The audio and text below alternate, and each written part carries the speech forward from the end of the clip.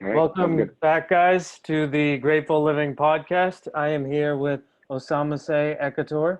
He is a Boston-based poet, the author of Situationship, which came out in March of 2019. He is also a graduate of Boston College in 2017. Osamase, thank you for joining me. Thank you for having me. It's a pleasure. Yeah, awesome. So let's take it back. Uh, Take it back to maybe where you grew up, talk about your Yeah, family situation, things of that nature. yeah. So grew up in Revere, Massachusetts, about 10, 15 minutes away from Boston. And family background, I am known as the American baby in my family because all my siblings were born in Nigeria. My parents are from Nigeria, and so they came and then eventually had me. Even with my siblings, I actually didn't know I had siblings until I was like 5. Oh, wow. Um, yeah, and it's not like we have different like dad or mom. Like we have the same parents. I Yeah, just never like knew. yeah, My parents always told me, oh, we told you that you had siblings, but like as a 4, 5 year old, like I'm not gonna remember unless I see you. yeah. So I went to Nigeria for the first time when I was 5, or when I was 4, and I turned 5 over there, and that's when I met my siblings. Wow. And it was just like a new world to me to have that many siblings and not be the only child. And then they soon came to live with us in America, and it's been like that ever since. Yeah. Um, I get that's what was that first feeling like of like meeting them and stuff like that? Yeah, yeah. Well, I remember coming off the plane, and then eventually we go to my family's house, which all of my cousins are there, like just a bunch of them. So I have no idea who's who. And then eventually my mom points out, I'm with my mom, and she pointed out 3 people, and she was like, "So this is your sister." And I was just like, "Okay, Wow. cool. I guess." And so like for me, it was new. My siblings, like, for me, it was just like more people to play with. Like I'm a Yeah. 5 year old, but for my siblings, it was like they finally get to meet their little brother that they've only seen pictures of since I was born. So I remember that time very dearly. And like honestly, if you were to ask me when my life started, my brain would think it started in Nigeria because I can't remember anything before meeting them. It was Wow. probably because it was my first like big life experience. Um, so it was interesting. And there's a big age gap too. I didn't say that. So right? I was 5, which means my oldest brother was like 20 years old. Wow. Yeah. Second oldest would be 16, and then my sister was 14. Okay. Hopefully I got that math right, but like big age Yeah. gap, basically. So yeah, I'm like the baby of my family. Yeah. How has the relationship progressed and like where is it now? Yeah, it's different than what it was when it was back then. Being that big of an age difference, I basically grew up rather than having 2 parents, I basically had 5 parents. Wow. My mom and dad, and then my 2 brothers and my sister. So they were big like parental figures basically, which had its benefits. Also, when I was younger though, it was kind of hard to relate just because of the age gap. Um, and always being on my P's and Q's, even when I'm with my siblings. Now that we're all older, I think we relate a lot better just because like I'm mature now. We can talk about certain things. Um, my sister and like I'm the godfather to her firstborn, and so Wow. like I think that's also helped with our relationship and just being able to watch my sister grow as a parent, and kind of seeing how she raised me, and now instilling that into my nephew, my niece, and my new nephew. So it's been pretty dope Yeah. getting to know my siblings as I get older. Um, and yeah. Are they being raised in Nigeria or here? So no, when I went there when I was 4, turned 5, they came to join us not too long after, and they've Okay. been here ever since. Okay. Um, and so just that's the way things worked out. And yeah, immediately when they came to live, I remember the first day they came, and like I told my mom like, oh yeah, like we're going to go to Blockbuster and get Dr. Doolittle on VHS, and I'm going to make them ramen noodle soup. Like, I just was so happy to have them. Yeah. And then obviously, you know, from Nigeria to America is a very long flight. So like they were tired. So I just remember being like kind of bummed, but just happy overall to have siblings. And yeah, I can't imagine how life would have been as an only child, even though in a sense being that such of a big age difference, kind of was on my own. But yeah, it's been good. That's awesome. Was, you know, outside of that, was the Nigerian background a big part of your life growing up? Yeah. Were there is there a community in Boston that you were involved in or anything like that? Great question. So community-wise, so with Boston, there is, I would say, a large presence of Nigerians, especially like within Boston. Once again, I live on kind of the outskirts of it, being in Revere. But like my family would go into Boston like every weekend. My parents are part of one of the Nigerian clubs in Boston, and so just going over there to their meetings, like back then I remember being like, oh my God, like I have to go sit down for this like hour meeting between like adults. But like in hindsight, that was always my chance to be around my cousins or family friends. Yeah. And we were all bored together. So like we all just kind of clicked.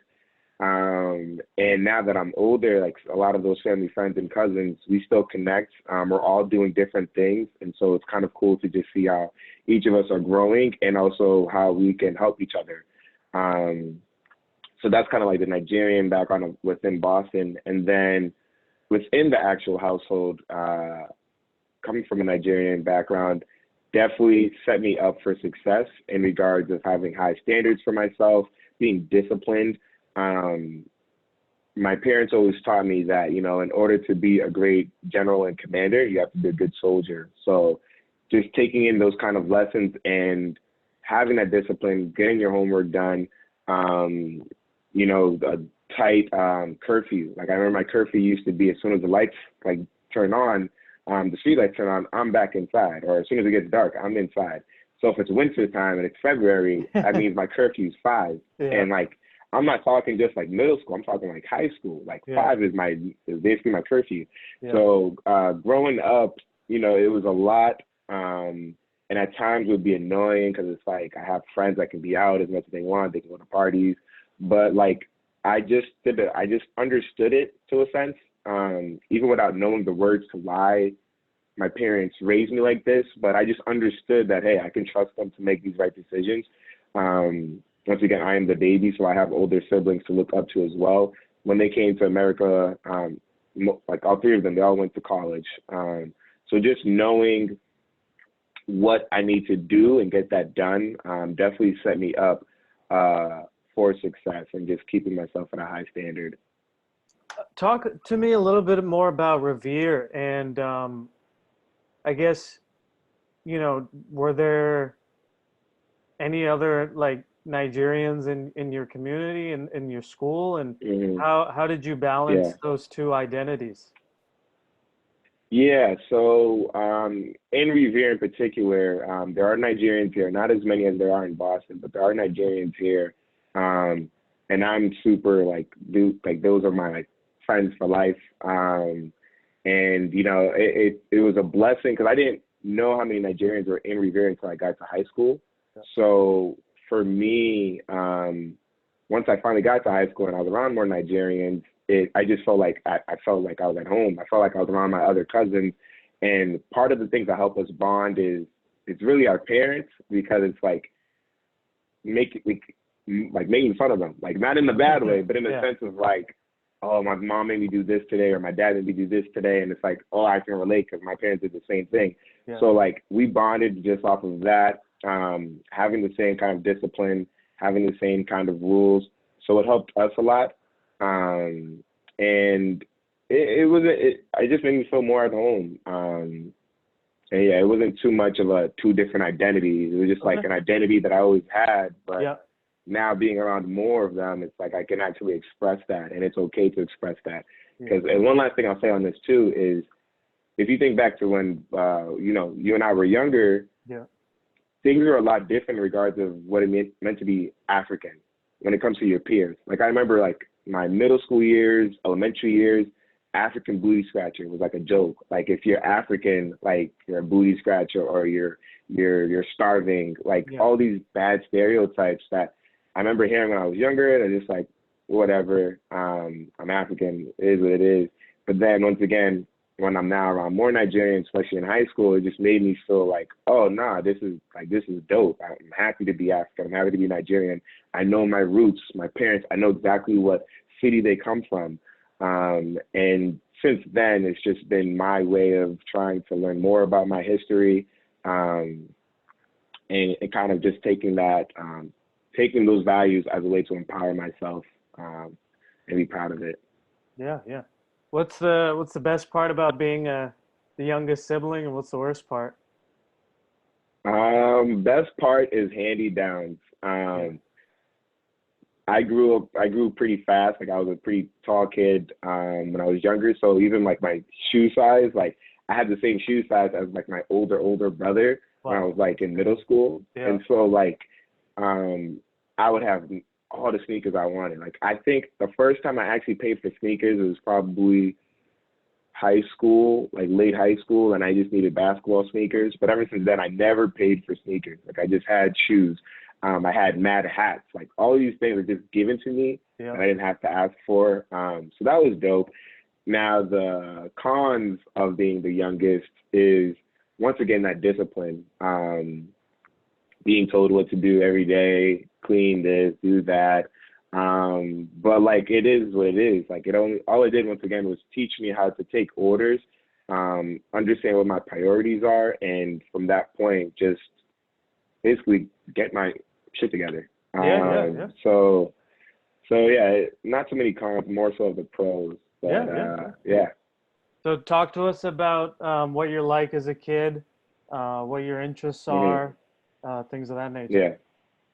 Yeah. So I think like many kids, I had different stages. So when I was younger, like when I was like young, I did a lot of drawing. So drawing was probably my first passion. And when I was in fourth grade, I actually used to make comic books. I think the name of it was called like Super Dog, where it would be like probably like 8 panels, so 2 sheets, and like selling that from my desk. Oh wow! And like I made some bank. I mean, if you shook my desk back in however long ago that was, like you would hear all you would hear is quarters. So that was my first passion, and I remember saying I'm going to be a comic book artist when I grow older. And then eventually that kind of slowed down. I think there was a point in my life where I thought comic books were too kiddish, and so I tried to be like older, and I'm like, nah, I don't read comic books no more. But I was fronting because I still do. But I kind of fell off of that. I still drew. I would still draw. And there was even a point, I think when I was in kindergarten or first grade, one of my portraits, it was dumb. It was like a chicken with an apple head. Like it was the weirdest shit in the world. But for some reason, it actually got accepted into the Revere High School art exhibition. Wow. And awesome. I don't know how that happened. I don't know if I entered a contest or if my parents did something. I don't know. But having those early interactions with art definitely set me to where I am now. But so to keep with the timeline, there's that artsy phase. Then I get into sports, like heavily into sports, basketball in particular. And the way basketball worked, I think I started playing basketball pretty late. Like I started playing at the age of 12. For some that's not late, for some that is. And I remember the only reason why I started playing it is, once again, being the baby of the family, having older siblings. My brother like had an Xbox. He had all the 2Ks that were out. And so I remember like playing like my first 2K, I think it was 2K5. Shaq was on the cover, and like I made my dude like 7'2", could shoot from anywhere on the court. Like I just made a ridiculous player, and I was like, this is dope. Why don't I try this in person if it's this easy on a game? So I remember at 12, I started like playing basketball. I joined the Revere traveling team, and I was terrible. I was trash. Like I was just tall and I could jump, but like everything else, terrible. And that was kind of my first test of trying something that I've never done before. Being with kids that have been doing this and like will tell you to your face, yo, you suck. Like, Yeah. I don't know if that's just the area that I grew up in. Once again, Revere's right here, Chelsea's right there, Everett's right there. I would say these communities, especially when it comes to like ball, is like very straightforward. Yeah. Like if you suck, they're gonna tell you that. They're gonna laugh you off of the court. Yep. So I remember that being my first interaction with basketball, and eventually kept trying, got better, played AAU, then eventually played varsity all 4 years in high school, and just like really taking it serious, and eventually got recruited by a few schools, Division III, to play basketball collegiately. Yeah. So that's kind of where I thought I was headed. You know, everybody wants to make it to the NBA, but I had to quickly learn that that's not going to be the case. And now this third stage, right? So first stage being kind of artsy, middle stage being sports. Then the third stage, which is what I think I'm currently still in now, is kind of a mixture of all of that. But career-wise, it's, you know, I think art is where I want to go. And that's what led me to poetry, led me to just writing novels also, and fiction in particular. And so stemming back to my comic book days and thinking, oh, comic books aren't taken seriously, like I should probably read books and write books. And now that's gotten me to where I am now. So it's kind of like a full circle, but still love ball. I know that when we spoke, I'm a sports guy too, so no stats off the back of my head. So yeah. Yeah. Talk to me about the first time you got introduced to poetry or wrote your first poem. Were you instantly into it, or did it come later after? Yeah. So to answer that, you have to understand now another set of stages that I went through, and that is, it's based on music. So when I was like younger, I listened to a lot of rock, like Linkin Park in particular, and definitely a phase. I just like, it was just good music. But as I got a little bit older and my brothers listening to like the 50 Cents of the world, Tupac, Biggie, just having those kind of, and it still affects me now. Like all I listen to is old school music. And so like having those older influences, that kind of changed my view of music. I went from Linkin Park to now Jay-Z, because Jay-Z and Linkin Park had an album together. So I kind of had that transition. Then Jay-Z to Kanye. Now Kanye to Drake. Like it just took like a transformation, and now I'm all about hip hop. And what I learned from that is the idea of like just lyrics, the power of lyricism. I found it beautiful, just the way, especially Jay-Z, and even like the Chemical Mars, where the last line of a lyric is now, that last word is now the first word of the next sentence, or a word that sounds very similar. So just learning different ways of rhyming, I was like, oh, this is dope. But I never knew how to really like put that to paper. Like I never said I'm going to be a rapper. So by high school, started taking it, when I took my English classes in AP English, poetry would come up, and there was a poem by Langston Hughes. I always forget the name. I think it's Harlem Jukebox Night Song. I may have just butchered that. So, but it's a Langston Hughes poem, and it was my first time reading poetry from someone that looked like me. For some background on Langston Hughes, 1920s Harlem Renaissance poet, where, you know, he changed a lot of what poetry looks like, and just once again having poems that are more relatable to people that look like me, people that are in the Black community, versus, you know, of course you have the Shakespeares, but then also the other dead white men that are writing poetry that we're usually taught to think is the proper way of writing poetry. But with Langston Hughes, it was more like it made sense. Like I got the surface level idea, but I know there was deeper meaning behind it. And so I kind of took a template of his poem and I made my own version called Boston Night Love Song, where I just kind of went off of that and created my first poem. And that poem is very dear to my heart. I know it like this, like clockwork. And I performed it for my sister at her wedding. And that was my first time performing.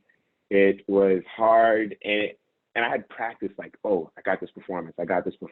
Yeah. But when I saw my sister getting married, everything just hit me like, whoa, like my sister's getting married, like she's not gonna have our last name no more. Like it just hit me in that moment. And so I barely got the poem off.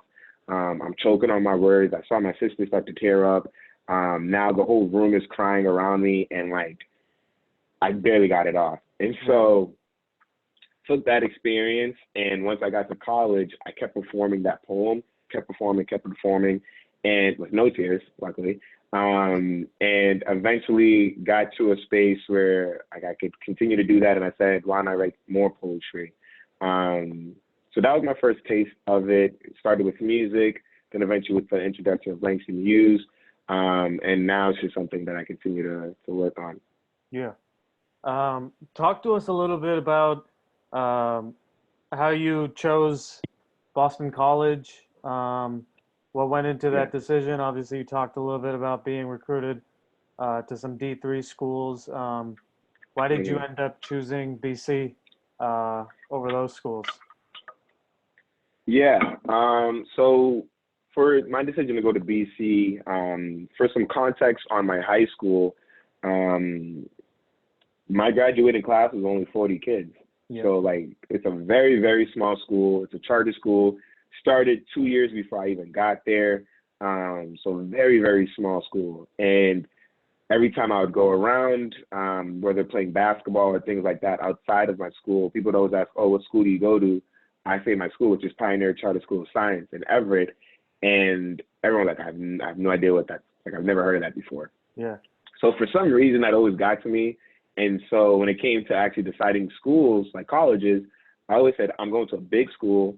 And we know BC is not the biggest of schools, but it's definitely not a small school. And I want a school that I can wear on my chest and everyone knows exactly what school I came from. So that was a big deciding factor for me. I just wanted to go to a known school, and BC academics are also top tier as well. So it was kind of hard to beat.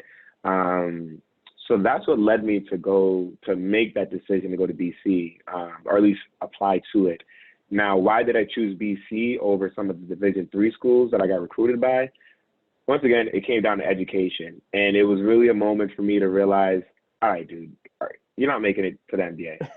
And if you are going to a D3 school, it's going to be hard. And so it was like, all right, do I really want to do this basketball thing, or do I want to go to BC, potentially walk on? And regardless, I'm still getting an amazing education. So that was my deciding factor to go to BC.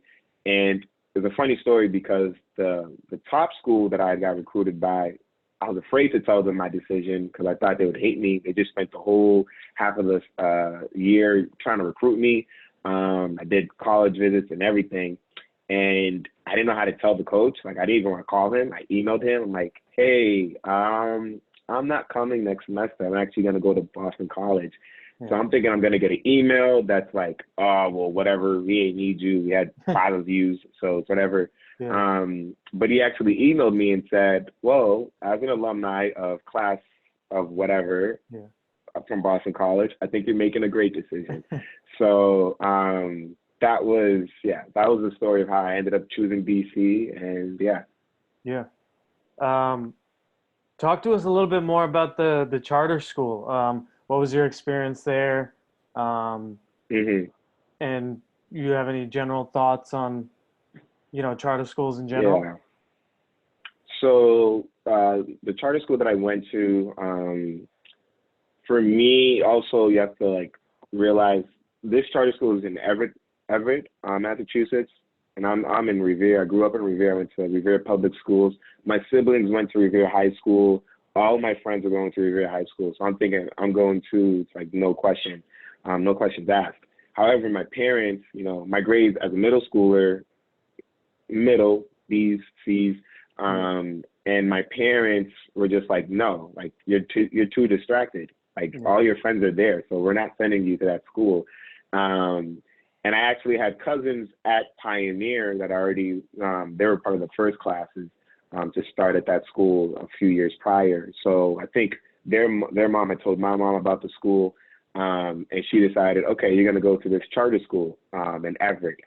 And I remember I hated that idea. I did not want to leave Revere. And it's funny, too, because Pioneer, they make you do an interview.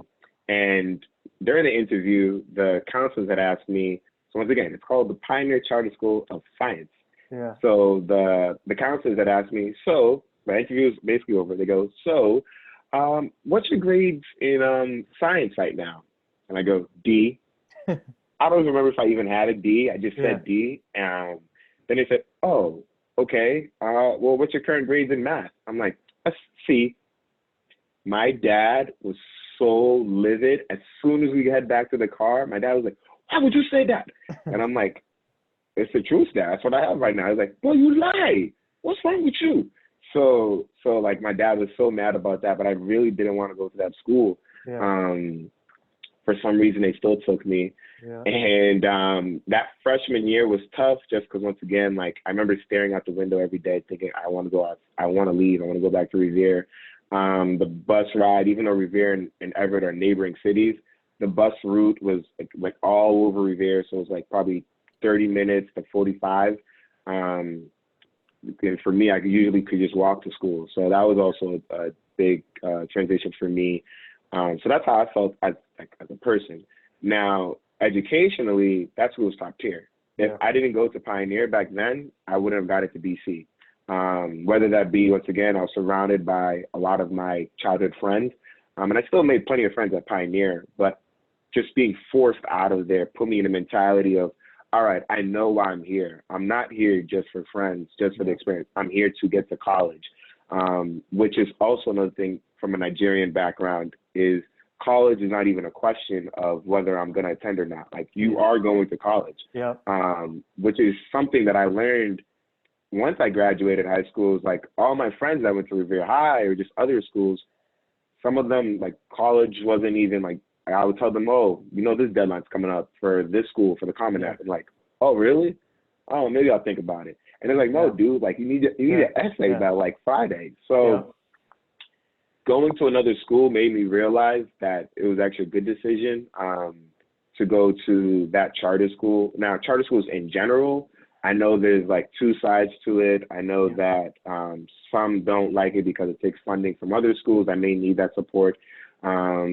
However, like charter schools, it's a free education if you go there, which was another deciding factor for my parents. So, you know, I understand both sides, but just from my personal experience, I am blessed that I went to a charter school.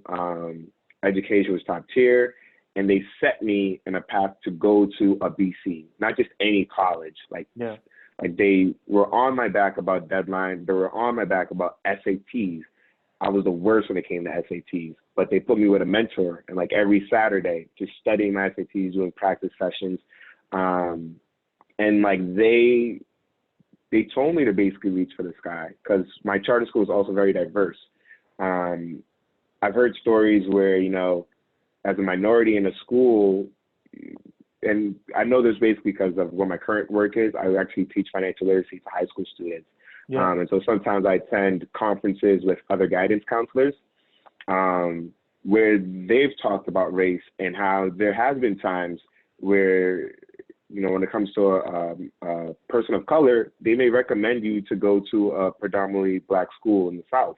Why can't you apply to Harvard? Right? Are you telling me that's too high for me? And they've admitted to that. I've heard these conversations. And so the thing is, I never knew that. I never knew that was being said because the high school that I went to, a lot of us, once again, if not Black, we're all from different places of life, all different backgrounds. And like everyone was applying to like Columbia, Brown, MIT, and people were getting in. And so for me, it was like, oh yeah, I applied to all the Ivies. I applied to BC, but even applying to all the Ivies, BC, I knew I wanted to go there. I Yeah. didn't want to go there. Yeah. So it set me up overall. Yeah. Were you writing back in high school as well? Great question. So I wasn't writing too much. Okay. I had written that first poem my senior year. Um, you know what? I lied because now that I think about it, so I wrote that poem as an 18-year-old. Yeah. However, my first idea of writing a book came in junior year. Took an AP literature class, and I was just some of the books I was reading. I was like, I can do a better job of this. Like I could kill this. Like if you give me Yeah. that same theme, Yeah. I can make a way better book. Yeah. Something that actually can relate to someone that looks like me. So when I started writing my first book, like a novel, my junior year, I remember I have different drafts of it because even that same book now, 200 pages in, this is years later, right? So I still have that book in the Wow. lockbox right Yeah. now. 200 pages. That's how much I'm into it. But even Wow. that has gone through several rewrites, Yeah. and I feel bad for my AP teacher because like I used to make him read like probably 30 pages of it, and like it was probably trash. Yeah. Just because I was like young and I was trying out the writing. So Yeah. I started writing heavily junior year, then senior year when I wrote my first poem, and it just kind of took off from there. What do you love about writing and um, you know, poetry and things of that nature? I mean, what is it? Um, is it a nice reflective activity? Yeah. What is it that you like about it? So I think, of course, poetry falls within writing, but my love for both of those formats is kind of two separate things. So I'll start off with writing. Um, with writing, when I say writing, more so like novel writing, writing an actual story, Yeah. fiction, um, I just love the fact that I can create my own world. I love that. I can create Yeah. my own world, and also I love history. So with my books, I have a whole Bible of what happened in this city and the fictional city is called the Rosewood. Yeah. So I have a Bible of what happened in Rosewood in 1960s, 1970s, 1980s, 90s. I can create this kind of timeline, which now affects the present of the book that you're reading, and just seeing like how everything is affecting each other. So I just love that idea of creating my own Yeah. world. Um, I love writing dialogue. Like I love having a deep conversation within my book. And sometimes dialogue is not only with your words. Sometimes it's the look in two characters' eyes and that secret language of not having to say a word, but they understand each other.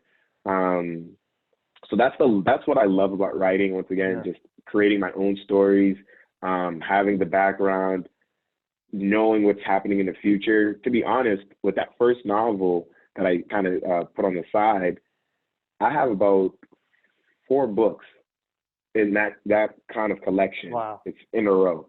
Wow. There's the first book, there's the second book, then the third book is actually a prequel. Then the fourth book finally carries off where the second book left off, and then the Wow. final fifth one. Wow. Yeah, so like I have like that's really like my real gold. Yeah. Then poetry came along, and with poetry, it's still that same idea of creating characters in a world that you're putting your reader in, but it's also the beauty of the words that you're saying. Once again, from rap, just like I love the way a poem could sound if performed correctly. And I used to write poems just to perform them until college when I finally took a legit poetry class, poetry workshop, where I had to learn the difference between performing poetry and actually writing it down on paper, because the way I perform it is not going to be the same way you read it. Mm. Yeah. So even that in itself is another art of just writing something that's dope that people can relate to. And the last thing I'll say about poetry also is it's more at times it can be more digestible than a full-on novel, right? Because with a novel, there's character development, you have to set up the stage. Yeah. Where in poetry, I can write 3 stanzas, and those 3 stanzas can have so much meaning in it, and it's up to you to determine what that meaning is. And so it's just the poetry, in my opinion, is the art of saying so much by saying so little. Um, so yeah. Yeah, yeah. Did you go into BC knowing you'd be a humanities major, or what was your thought process Yeah, going in? so so my major was English, and going into it, I had the decision of either the history or English. I remember asking my dad like what he thought would be the right major to go with, and also the fact that I told my dad English and history for a Nigerian household, those two things alone is like, whoa, what? Because a lot of, and this might not even be Nigerian, just an African thing. Yeah, Your parents usually expect you to be a doctor, lawyer, engineer. Those are like the yeah, three main jobs. yeah, And so when I told my dad history and English, like shout out to my dad for even listening to that, because I feel like a lot of other parents would have said no to either of them. Like, you're yeah, not doing that. Go study something in medicine. yeah, So when I told my dad that, but here's the thing. So actually, I missed one job, and so when I told my dad history and English, he then said, "Okay, lawyer. That's what you'll be. You'll be a yeah, lawyer." yeah, So I said, "Okay, I'll be a lawyer." yeah, And he said, "It doesn't matter which one you choose, history or English, because they're both good majors that'll lead you to that path." Um, and so I ended up going with English just because I figured it would give me more opportunities to actually write. It's funny because I actually enjoy writing more than I enjoy reading. yeah, I know it's weird as an English major, but I love just writing. Um, yeah, so that's what made me decide going into BC that I would be an English major, and it was a great decision. I was the only, I think myself and one other person for a lot of years were the only two black male English majors. yeah, So even in that was a different experience. But yeah. yeah. Um, I guess uh, with the poetry, at what point did you start thinking about maybe I might turn this into a book? Yeah, great question. So when I decided to start thinking of writing a book, remember, right, I was already doing book writing when it came to this novel, this big 5 book collection Yeah, that is going to turn into a movie or a TV show. Like, that was what my yeah, mind was set on. yeah, Um, but then so actually when I graduated from BC, and I was like, all right, I really want to get this book publishing process like in the works. yeah, Granted, I didn't finish the book yet. I was 200 pages in, but I still wasn't done. And so many rewrites. So I had hired a poetry consultant or a book consultant. And I had asked her, I wanted to know about the game. Like, what is the difference between traditional publishing and self-publishing? yeah, How do I build a platform? And I was lucky to be paired up with such a great consultant because she laid out everything for me. She gave me all the tools and resources that I needed. And one thing that she taught me that I would also advise to any other, potential aspiring authors is sometimes you don't have to go with your baby. Like, you don't have to go with your golden child of an idea. And the reason why she told me this and why I'm telling you this now is when you make your first book, especially self-publishing, you're going to make rookie mistakes. yeah, Like, that's just inevitable. It's just mistakes, whether it be you could have marketed it better, yeah, or the formatting of it, expenses, all these rookie mistakes that you're going to make just because you don't have experience. And so now, not only are you making those mistakes, but you're making it with your baby, with your golden child. So this could be the best book you've written in your life. But if you didn't have the tools to actually put it on a platform where people can actually buy that book, then it's almost like a waste. yeah, So when she told me that, I was like, that makes sense. I yeah, don't want to waste my first book.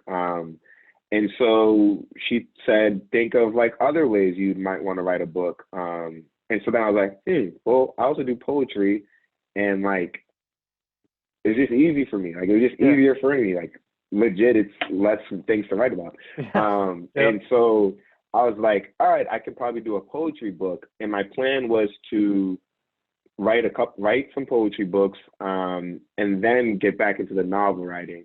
So, and it's interesting, that was my plan, but now, like, that was 3 years ago. and I'm Yeah. still in the poetry game. Yep. And like I definitely am a lot closer to it now. But that was my plan initially, to write poetry, then build my platform, make my rookie mistakes. Now people know me not as just Osamase that went to Boston College, but now Osamase the poet, the writer. Yeah. Yeah. Because before only my friends knew that.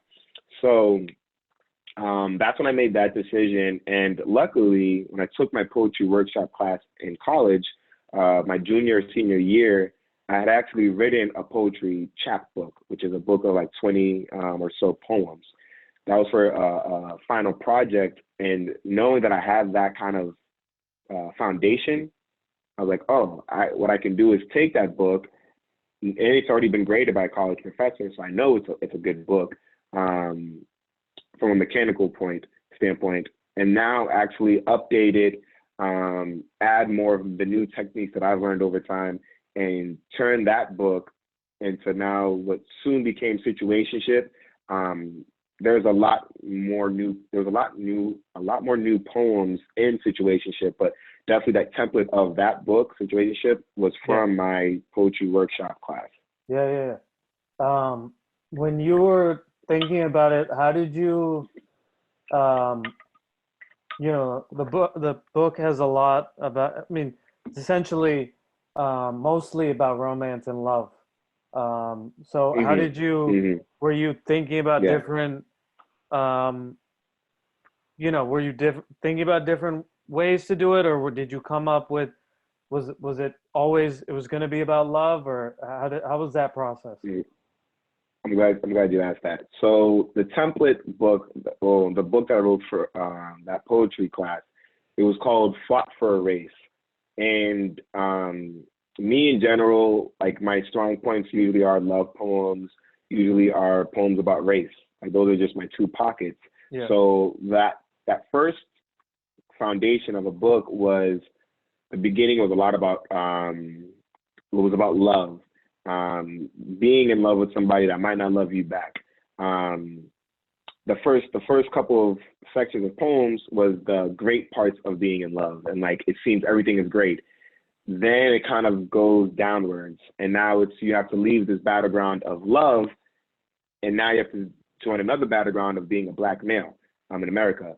So it kind of took that transition. So the middle part of the book was about race.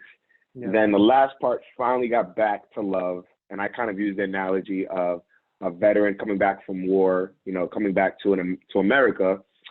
Think of a soldier from the 1940s, or even Vietnam War, or even Iraq War. Yeah. That's African American. You come back from fighting for your country, and now you come back to America, and you're still treated as if you're a second-class citizen. At times even worse.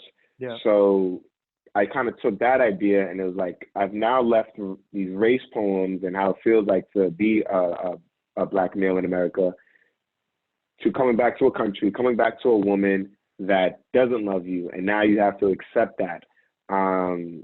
And yet you still came back to that person. And so with that kind of idea, it was basically a situationship with America. Yeah. And so that was the first book when I did it in poetry class. But when I showed it to my consultant, she said, this actually looks like two separate books. Yeah. And she actually encouraged me. It was a book of 50 poems, I think. And she actually encouraged me to split them up. Just because when it comes to chapbooks, once again, it's only around the 20 something poems. You want to make sure that your theme's clear. And you get to the point. Like, I want to know what I'm reading from beginning to end. So I actually decided to separate the two, and just do the first book strictly on poetry, still within a Black lens. Yeah. First book of love poetry, still within Black lenses. And now my second book that I'm currently working on is going to be heavily on race, which is only fitting for the times. And it's kind of sad because I remember saying in 2017, some of these race poems, like, when you write a poem from 3 years ago, you're going to think, it's going to be outdated by 2020. But unfortunately, it's like a lot of those poems I wrote back in 2017 still relate. So that's what I'm currently working on right now. Yeah. So how was it I mean, love is so personal, right? So how, and Yeah, I mean, you know, you know, the person you're talking about may or may not read it, and there's, yeah, yeah, there's yeah, there's yeah, there's yeah. that social implication. Hmm. Talk about, you know, that process and how you, Yeah, you know, yeah, yeah. So when I started writing those poems in college, at times, you do have someone in mind, or you have an idea in mind. Um, and, going through my own experiences, once again, of being on the losing end, or being on the other end, that like even I'm not reciprocating how the other person is feeling. So kind of seeing both sides. Um, for me, I've always been pretty in tune when it comes to my emotions, being vocal about how I feel. Um, and like also coming from my background, I'm blessed to have the father that I had, because especially the Nigerian culture, sharing your emotions, sharing sadness, sharing, especially as a man, right? Having those masculine stereotypes of men don't show their feelings, men don't cry. My father is very in tune with his emotional side, and just growing up watching him be vocal, cry, like things like that was like, it made me feel like that's okay. So yeah, then that then led to my poetry. And even when it comes to my relationships, I'm not the most public person. yeah, However, I get my forms of expression through words, and just laying it all out on the line. And even if the person that you're writing it about, whether they read it or not, it's not really for them, yeah, right? In a sense, of course, that's the person you may have been thinking about, or the idea that you were thinking about, but it's more so for you to just get it off your chest, yeah, um, to just feel like, all right, I can get this off. And then now the plus is that it's also dope. Like, just other people are hearing it, and it's a good poem overall, and you might be relating to somebody else that is going through the same issue. Um, so to answer your question, yes, it can be, it's hard. Sometimes it's intimate, but like I see it as more of art versus just spilling out everything. It's art to me, and it's a form of art that I think as a man we're not always um, welcome to share, just because of these stereotypes of, yeah. hold on to your feelings, hold on to your insecurities, all these things. So I just saw that as an opportunity to stick out and express myself in the best way possible, and also entertain people. Was it, now that you mentioned that, was there ever a point where, while you're doing like, you know, reciting your poems out loud in college or anything like that, where people were like, why are you doing that? Like, guys don't read poems, like emotions Yeah, and all yeah, that and love are for, women, people with like yeah, hearts. yeah. It was actually the opposite. Okay, well, that's Um, good. yeah, it was actually the opposite, which is why I Yeah, kept doing it. Like, yeah, I when I got to DC, and I had joined Sex for Chocolate, all male STEP team on Boston College's campus. I joined that freshman year, and so I kind of had a support group of strong Black men in my life already, and which was like super beneficial, especially being a freshman. And some of them did poetry too. So like just seeing them as older examples, like they're still, these are dudes that are seniors, and like they have all the friends in the world. Yet they're open enough to share their own poetry. And some of them even perform poetry as well. So seeing that was like, oh, I guess it's okay to do it. And then when I started performing poetry, like that's what people knew me as before I joined SC as well. Like, oh, like he's not just a kid that joined the team, he also does poetry, which is not a lot of people are doing right now, especially people at that time that look like me on campus. And so it was dope. I relished in it. And it's something that I actually try to empower more people on campus to feel comfortable doing. My junior and senior year created a poetry event called Juice, where I had other Black poets um, come join us and speak about our experience at Boston College as Black students. yeah, and it was dope. I also partnered with my acting professor to run that event, and so just kind of seeing my transformation of being comfortable from the beginning at BC to now trying to empower others to join me was something that was pretty great. What's the difference between writing it and performing it? You know, because writing it, I feel Hmm. like you don't have to go through the emotions, and Hmm. especially when you're talking about like, you know, love poems or poems about race, when you read Hmm. it out loud or you perform it, suddenly it becomes so much more real. I mean, obviously you know what you're writing, but Hmm. Hmm. Yeah, so the difference, and once again, this is something I had to learn in class. The difference between writing and the writing and performing it is, here's the hip hop side of it. I know what words need to follow quickly after. Where if the line is, I'm just gonna freestyle. If the line is like, um, I saw the slip of your wrist, like just having that quick interaction versus I saw the slip of your risk. Like it's different because you're reading it in a different way. yeah, For me, it's like I want to make sure that my poetry, there's gonna be parts that are fast, that sounds like kind of lyrical, and then there's gonna be one-liners. That's the beauty of poetry. It's like you get all this stuff in the body, and then the last line just takes you out. Just yeah, takes you out. It's like you have to reevaluate everything. Um, so for me to perform the poetry, another form of expression, it's also the idea of entertaining people, which is I got that from basketball when I was younger. Even going back to once again kindergarten when I did that portrait for high school, yeah, and then SC, like just entertaining people. I love that. I love knowing what I'm about to do. yeah. I know that it's rehearsed, but like you're about to get the best performance that you've ever seen before. I love that. And so that's why performing for me, I know how I'm going to say it. I know how it's supposed to be said, and I'm going to give you a great performance. It's just like all the things that I love. Writing it is another challenge, and it's probably actually harder to write poetry to perform, in my opinion. Yeah. I don't know if you have any thoughts on that, but yeah. No, no, yeah, no. Because I think you're doing for a different audience. I mean, because you have, as you said, you have the um, you know, now the emphasis or the phrasing, you know, you're now performing it to a person or to a live audience, so it's different. Um, Mhm. yeah, Mhm. talk to us about your poetry process. How do you, you know, when you were, Yeah.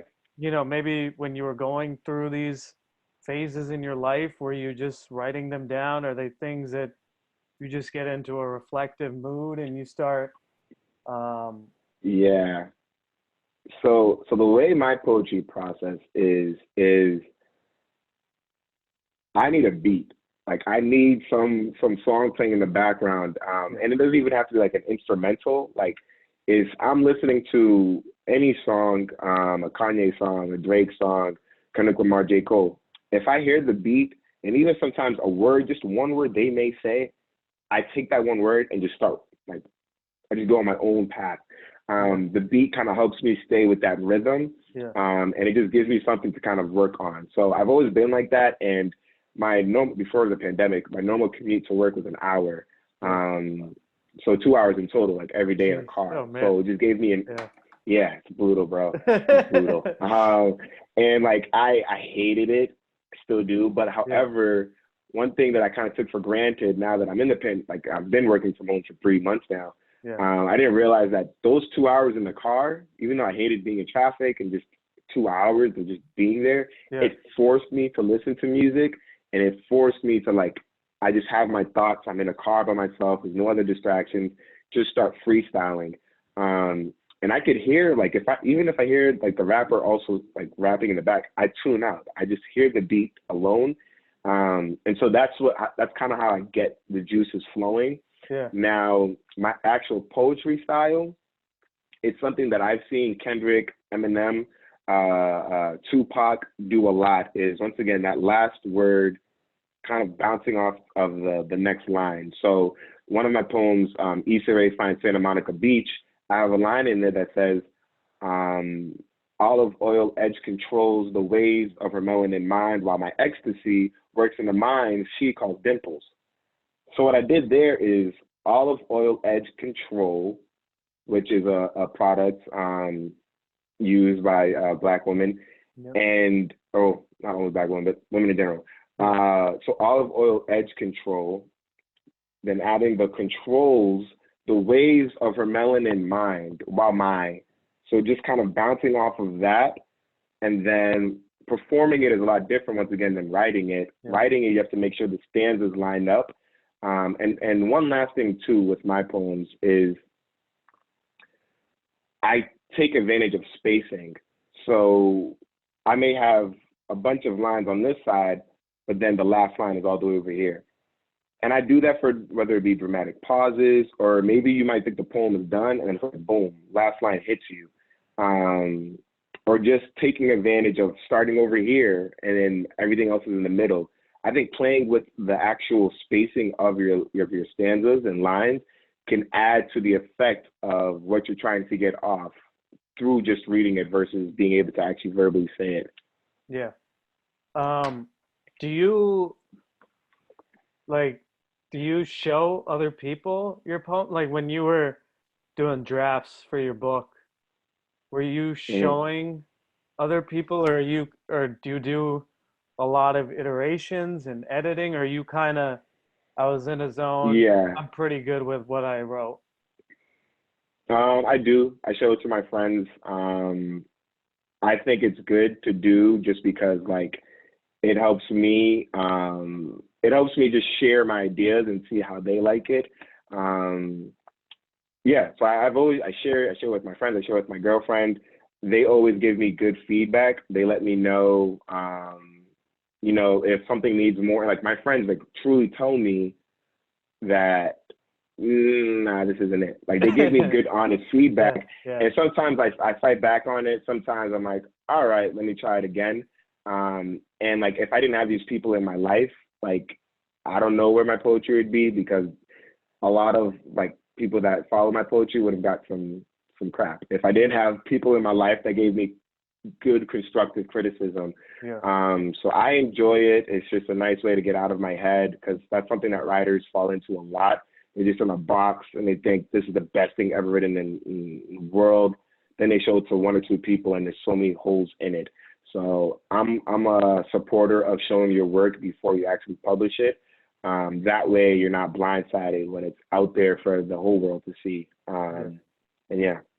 Talk about that, the time period between, you're writing these things and then, the actual, man, I'm actually going to self-publish this book. I mean, because I think so many people have these dreams, I mean, how many English people, like English majors are there at college? So many, and so many have the talent. Mm-hmm. What was that thing in your mind where like, you know what, I'm gonna do it. I'm gonna publish this.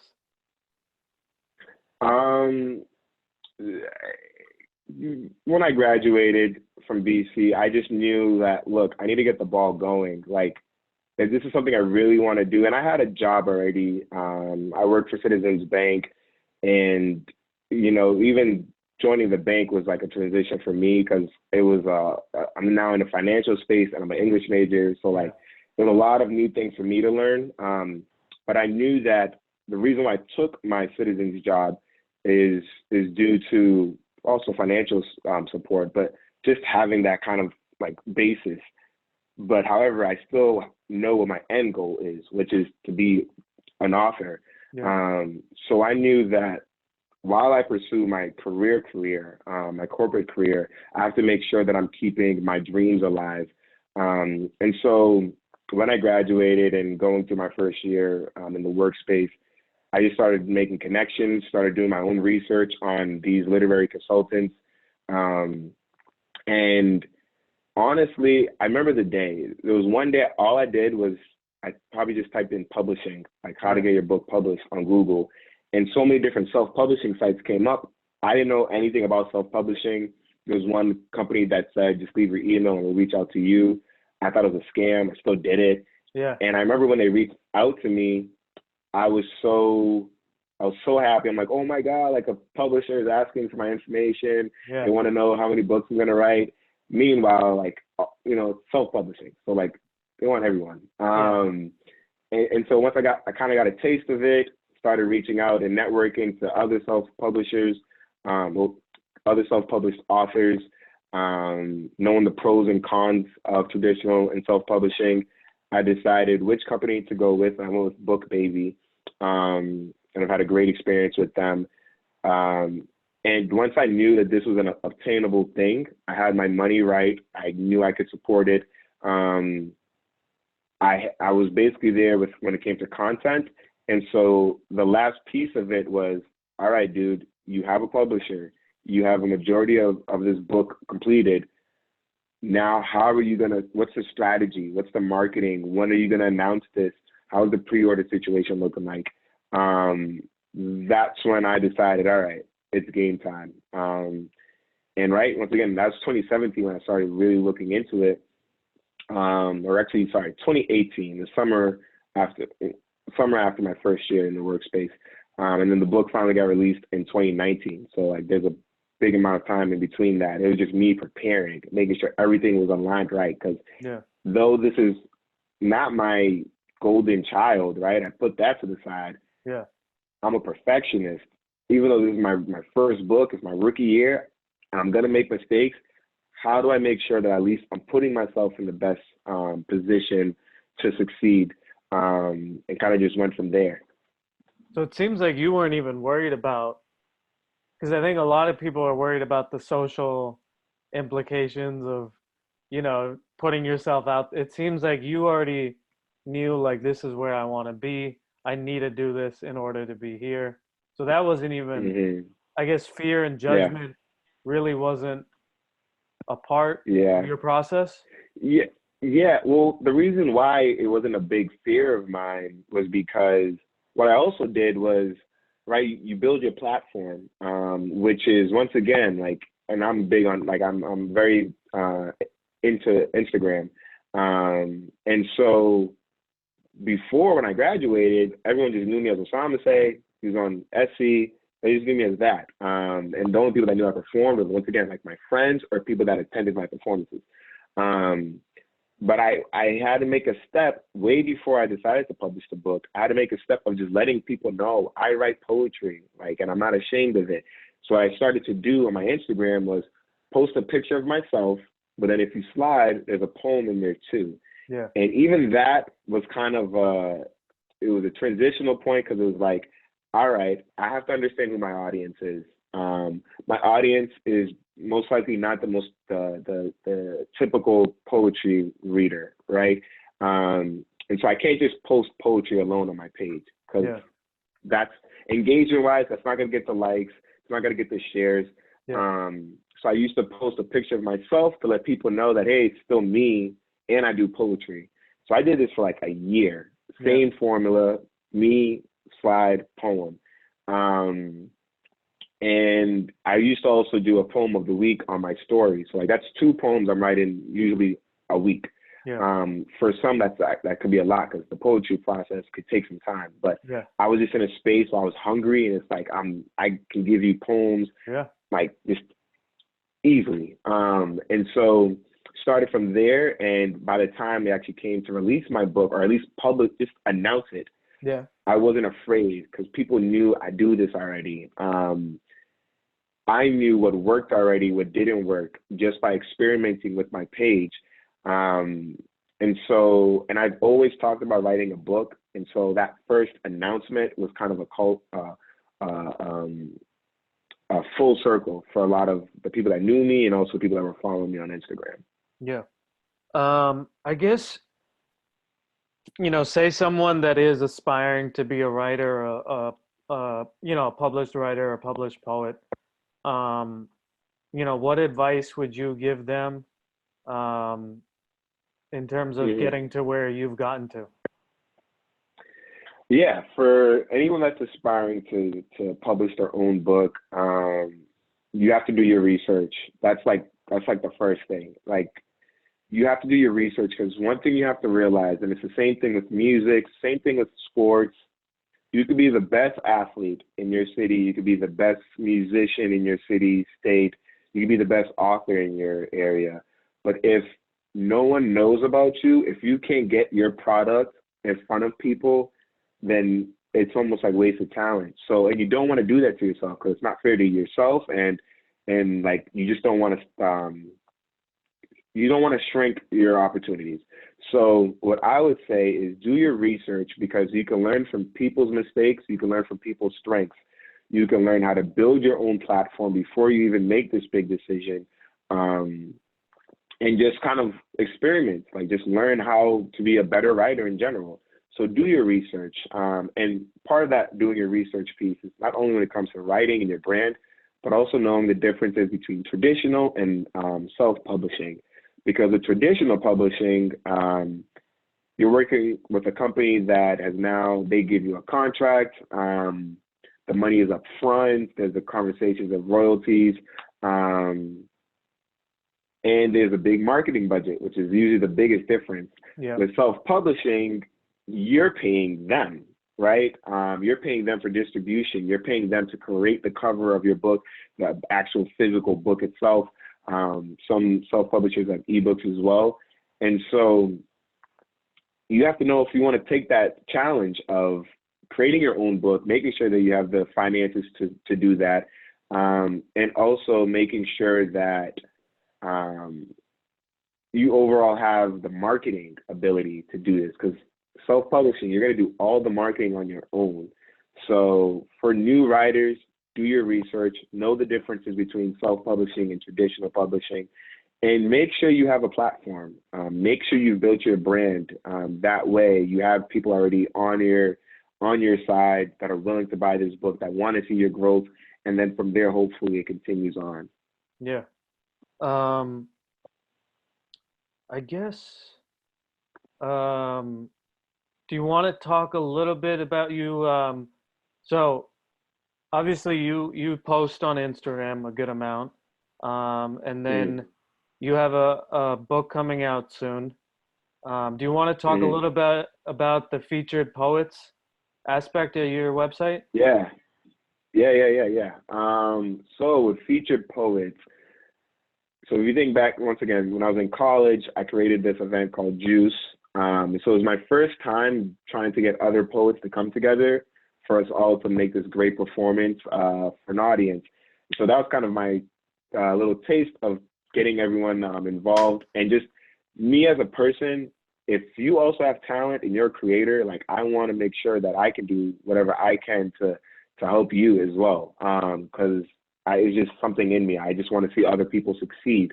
And so now fast forward to featured poets, really it's the idea of everyone is a poet. Like you're a poet, like everyone is a poet, and you just might not know because you think that you have to write it in a roses are red, violets are blue format. You think it has to look like Shakespeare. But in reality, especially with Twitter and Instagram, a lot of people are poets. They just might not know. Poetry is really whatever you want it to be. It could be 2 lines. That's poetry in itself.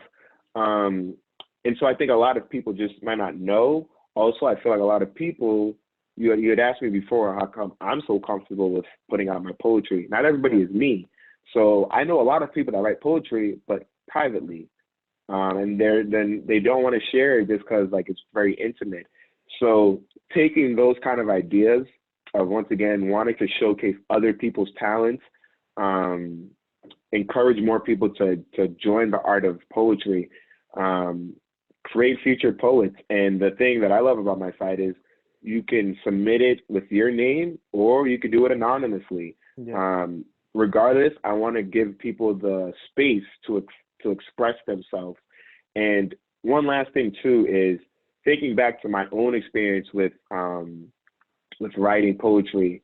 Part of my times of trying to just get myself involved with the poetry culture and letting people know that I write poetry, there was a point where I kind of slowed down with it now, but getting my work published in other magazines and other literary magazines.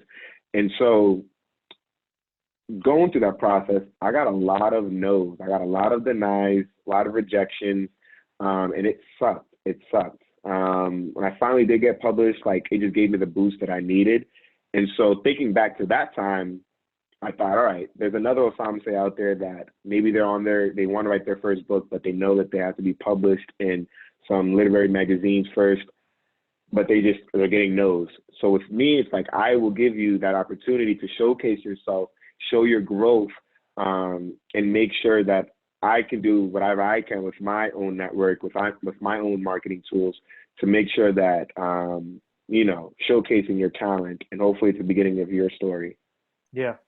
Obviously you've, been writing a lot on race and things of that nature, especially given what's gone on, the last couple months with George Floyd and things like that. And just the nation's, I think, these things have been going on. So, but the nation now acknowledging or having more awareness of it. Talk about what that process has been like. You've posted some recent ones on Instagram. How has that been, and what have you learned, and maybe the response from people? Yeah. So when it comes to the recent death of George Floyd, Breonna Taylor, Ahmaud Arbery, and like all the others that people don't even talk about. When this kind of started to go off again, I just knew that this is my bag. Like I've always written about this stuff. And like I just remember saying like this is me, like this is the time. And so I've always written about race, but like the poems that I've been putting out recently definitely I would say have stepped it up a notch in my opinion. And one thing that I'm doing is, remember how I mentioned before my strategy was picture of myself, then poem. I've experimented and I've decided, maybe I don't need to put myself, because this movement is bigger than just me. Like it's not just Osamase, it's what my poetry stands for. And now what I've decided to do with the past couple of poems is just the poem itself. The poem itself can speak for itself. If you don't like it, you don't like it. And for me, it's been awesome to do because I've noticed more engagement and I've noticed more reshares, just because I think like what the poetry that I'm putting out right now is very relatable to what's going on. And for me, it's just, this is the space that like I thrive in. And it's unfortunate. It truly is unfortunate. It's annoying. It's tiring. It's frustrating. And all we can do is continue to voice our opinions. Once again, feature poets. That's why I have that platform to anyone that wants to share their voice. That is the space to do so. And so yeah, that's what's gone into my recent poems. Myself, I've done a lot of trying to spread word even outside of poetry. So whether it be attending a protest or even talking about it in my workspace, because that was something that did bother me, how silent some of my coworkers were when all of this was starting. And so, I can't just tell my manager, hey, can I do a poem for you? Like I have to realize how I can change, if we want to change the world, right? And for you and I, people that have graduated, we're in the workspace now, we're in corporate America, how do we change this world? And the only way we can do that is in our own workspaces. So bringing it up, once again, I'm the only, one of the 3 Black males in my part of the company. And so just speaking out about, hey, the silence did bother me. How do we have conversations of race? And now that's led to a book club, which has been awesome. We meet every Monday. So,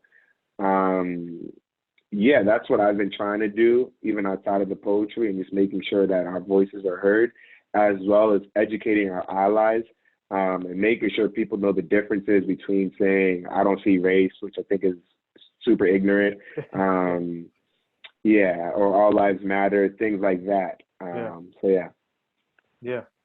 Um, I guess was there anything else that you wanted to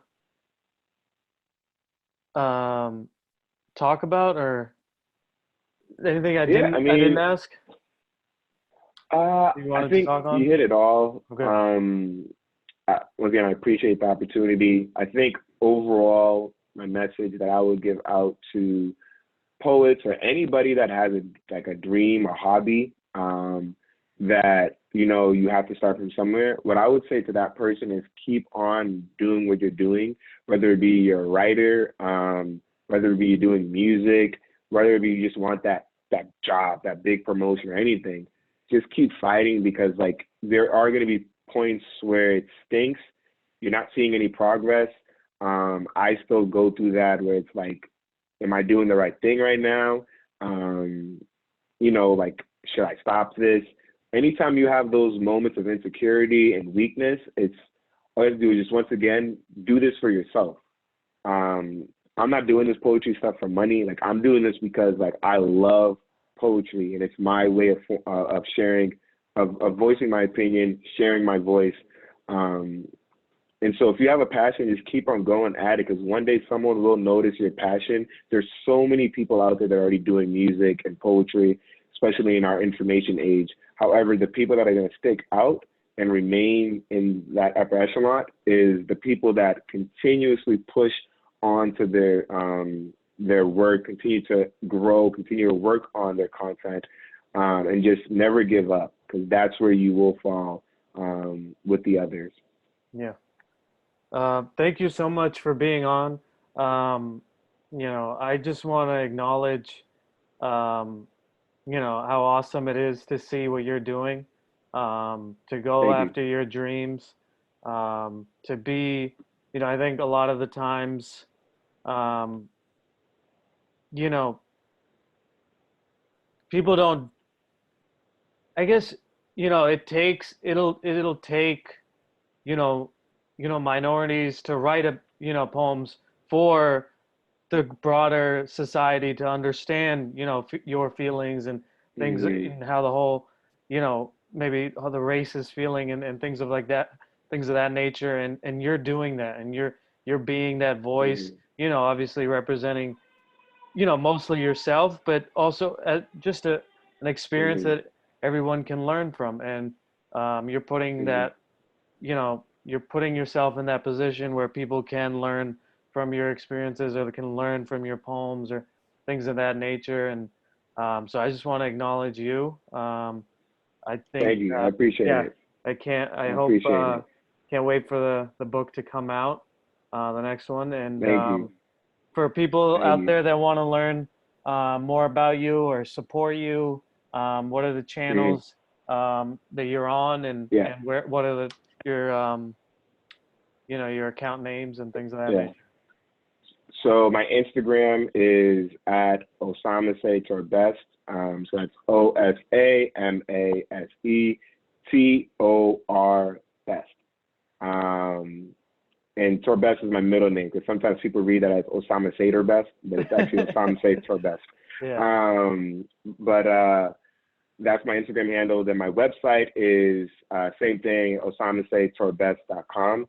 On there is where you can find not only my poetry, whether it be the ones that are on Instagram or even my published poems, but also you can find my book on there, Situationship. I do have some merch on there as well. And lastly, featured poets. Um, you could submit your work on there. I encourage everyone to submit their work. Um, and it's just a great space. And even the current poets on there, like there's some Yeah. talented people on featured poets. And so Yeah. for me, it's just been like a pleasure to even see all the great work that's coming out of that site. So that's where people can find me. Um, and I also, if you're another creative, and you have your own passions, and if you ever have any questions, no matter what you're doing, music, art, like, feel free to reach out just for us to connect, share ideas, and even potentially see if there's any partnerships that can come out of that. So yeah. Yeah. Sounds good.